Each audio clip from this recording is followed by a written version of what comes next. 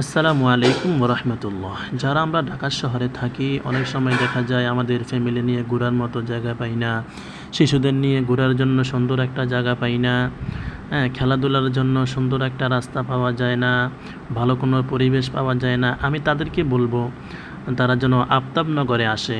শিশুদের নিয়ে ঘোরা থেকে শুরু করে বিমান উড়ার দৃশ্য থেকে শুরু করে খেলার মাঠ থেকে শুরু করে একদম সুন্দর মনোরম পরিবেশ যারা চান তাদের জন্য রয়েছে আফতাবনগর। আপনারা আফতাবনগরে এসে ঘুরতে পারেন, সুন্দর মনোরম পরিবেশ উপভোগ করতে পারেন। সেখানে রয়েছে যেমন বিকালের সুন্দর দৃশ্য, রয়েছে ফ্যামিলি নিয়ে ঘোরাফেরা করা, তারপর রয়েছে সুন্দর বন জঙ্গল যেখানে হাঁটাহাঁটি করতে খুবই সুন্দর, খুবই মজা। শিশুরা খেলতে পারে, হাঁটাহাঁটি করতে পারে, দৌড়াদৌড়ি করতে পারে, যেমন গজলের শুটিংয়ের মতো সুন্দর করে ভালোভাবে ভিডিও করা, পিকচার তোলা, বাচ্চাদেরকে খেলতে দেওয়া, বাচ্চারা তাদের নিজেরা গাছ থেকে পাতা তুলে হাতে নেওয়া থেকে শুরু করে অনেক সুন্দর একটা নিরিবিলি পরিবেশ হচ্ছে এই আফতাবনগর। আমরা ঈদে আফতাবনগরে ঘুরতে এসেছি। আজ ঈদের চতুর্থ দিন। নুসরাত খেলতেছে, গাছের পাতা ছিঁড়ে নিচ্ছে। আপনারা যারা আফতাবনগরে আসতে চান তারা আফতাবনগরে আসতে পারেন। ফ্যামিলি নিয়ে ঘোরা থেকে শুরু করে শিশুরা হাঁটা চলা, দুষ্টামি করা, হ্যাঁ, আরও বিভিন্ন সুন্দর পরিবেশে, অপরূপ সুন্দর পরিবেশ হচ্ছে আফতাবনগর। আপনার বাচ্চাকে খেলতে দিবেন এরকমভাবে, যেমনভাবে আমার আরিয়ান বসে আছে, আরিয়ান হাসতেছে, ওই পাশে আবার নুসরাত কথা বলতেছে, নুসরাত আবার দুষ্টামি করে।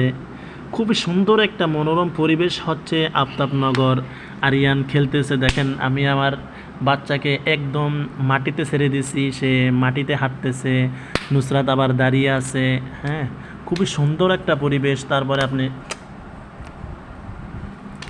আপনি খাওয়া দাওয়া থেকে শুরু করে ফুচকা, বেলপুরি, চটপটি, সব খাবার আপনি এখানে আফতাবনগরে পেয়ে যাবেন। 5 স্টারের খাবারও, যদিও আমরা সেগুলো আপনাদেরকে ভিডিও করে দিতে পারি নাই, কারণ আমি একজন আলেম মানুষ, এগুলো ভিডিও করতে গেলে মানুষ আমাকে পাগল বলবে। সেজন্য আমি জাস্ট এক জায়গায় যেয়ে তারপরে আমি আমার বাচ্চাদের ভিডিও করলাম। আফতাবনগরে যাইলে আসলে যারা আসতে চান, ফ্যামিলি নিয়ে আসতে চান, আপনার একা ঘোরাঘুরি ব্যায়াম করতে আসতে চান, আফতাবনগর আসতে চান, আফতাবনগরের পরিবেশ কিন্তু অনেক সুন্দর। হ্যাঁ, বিশেষ করে আফতাবনগর শুরুতে যেমন A block, B block, C block এগুলা কিন্তু এখন আপনি ঘুরতে পারবেন না, কারণ ওগুলাতে এখন অনেক বিল্ডিং হয়ে গেছে। আমরা এখন যে জায়গাতে আছি সেই জায়গাটি হলো একদম চায়না প্রজেক্টের মোড়।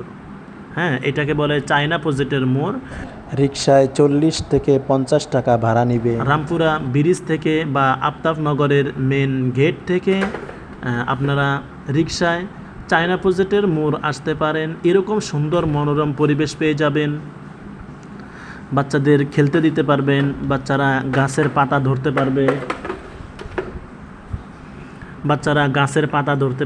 গাছের পাতা ধরে খেলতে পারবে। কি সুন্দর পরিবেশ, সবুজ ঘাসের ভিতরে হাঁটতে পারবে।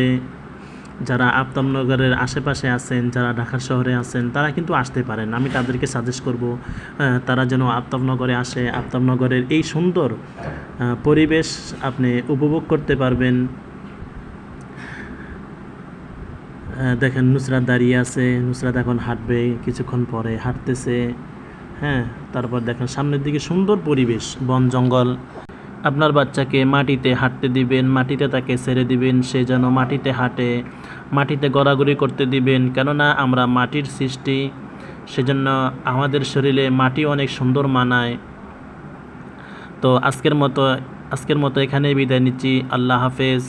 আসসালামু আলাইকুম ওয়া রাহমাতুল্লাহ। যারা আসতে চান আফতাবনগর আসতে পারেন। ধন্যবাদ।